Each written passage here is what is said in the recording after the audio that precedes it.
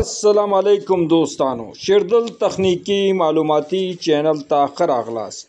الله تعالی دې وکړي د صحت او عافیت جامه پتن ولر. زمونږ د نن ورځې ټاپک او موضوع دا څنګه کولی شو د انټرنیشنل فارمولا له مخې سنګل پیز AC موټر، واشنګ ماشین، ایر کولر او یا برقي پکې ته د دوی د واټ او سیز مطابق څنګه کولی شو کپسټر انتخاب، نصب او کنیکشن کو. نو دوستانو زه غواړم په دې رابطه ستاسو سره مختصر لنډ او مهم معلومات شریکم سره د فارمولا. نو دوستانو دا ویډیو مو سکپ کوئ، تر اخره پورې وګورئ ترڅو د دې مفیدو معلوماتو څخه ځانونه برخمن کړئ. نو دوستانو راځو ټاپک او موضوع ته.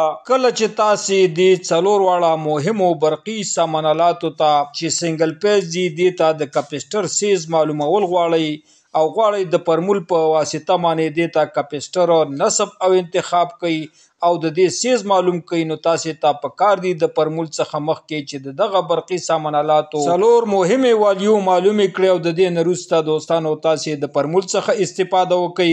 اول تاسې باید دا معلوم کړئ چې د دې پاور څومره دی، یعنی د دې واټ څومره دی. واټ باید تاسې ته معلوم وي، که دا پکې وي، واشنګ ماشین وي، ایر کولر وي یا واټر پمپ وي.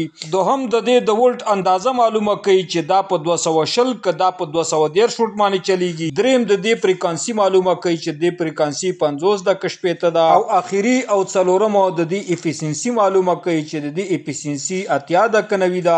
نو د دې نه وروسته دوستانو تاسې د دې فارمول څخه استفاده شئ کولی او دې څلور واړه هر قسم برقي سامانالات چې دا AC دي او سنګل پیج دي دې ته کپسټر د دې فارمول په واسطه باندې ډیر په ایزي او اسانه طریقې سره دې ته کپسټر انتخاب، نصب او کنیکشن کولی شئ. راځو دوستانو د کپسټر فارمول ته. سی یعنی کپسټر مساوي کیږي د پاور یعنی واټ ضرب دوستانو افیسینسی ضرب 0 دا تقسیمو دوستانو په ولټ سکوائر 2 ضرب فریکانسي. د دې څخه وروسته موږ حاصل په لاس راځي د کپسټر سیز.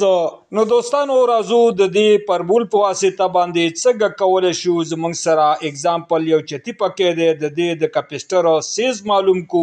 نو دوستانو مثلا دا پکې 60 واټه دی او د دې افیسینسی دا 80 او د دې دوستانو د ولټ اندازه دا 210 ولټه او د دې فریکوانسي دا 50. نو دوستانو سی مساوي کیږي 60 ضرب 80 ضرب 0. د دې حاصل تقسیمو په 210 سکوائر 2 ضرب 50. د دې عملی د مکمل تکمیلېدو څخه وروسته موږ ته د کپسټر سیز په لاس باندې راځي 1.99. یعنی دوستانو تاسې د 60 واټه چتی پکې ته 2 مایکروفراد سیز کپسټر نصب او کنیکشن کولی شئ. نو دوستانو دا وا زموږ د نن ورځې ټاپک او موضوع چې د کپسټر د سیز د انتخاب او فارمول پر رابطه باندې وا. دوستانو که غواړئ بر تخنیک څخه ځانونه برخمن کړئ او خپل هر قسم برقي وسایل په خپلو کورونو کې ترمیم او جوړ کړئ.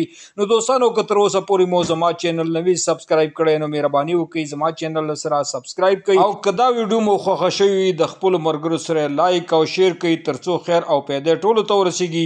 دوستانو ستاسې د توجه او لیدو څخه یو نړۍ مننه. السلام علیکم.